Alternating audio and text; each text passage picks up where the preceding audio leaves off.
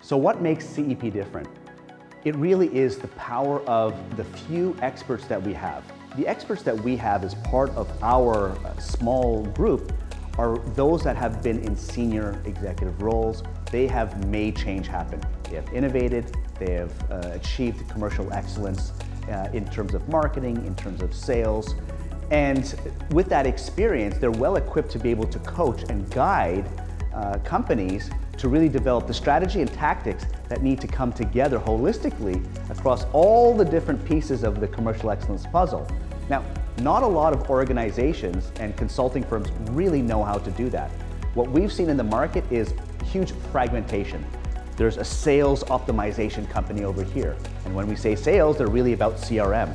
Another sales company will be very much about the training, so skills and behaviors. But then quite often when you speak with them, they don't really understand marketing and segmentation.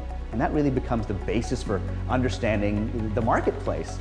And so there are disconnected pieces that need to come together. Now, as practitioners, we know that because we've had that experience.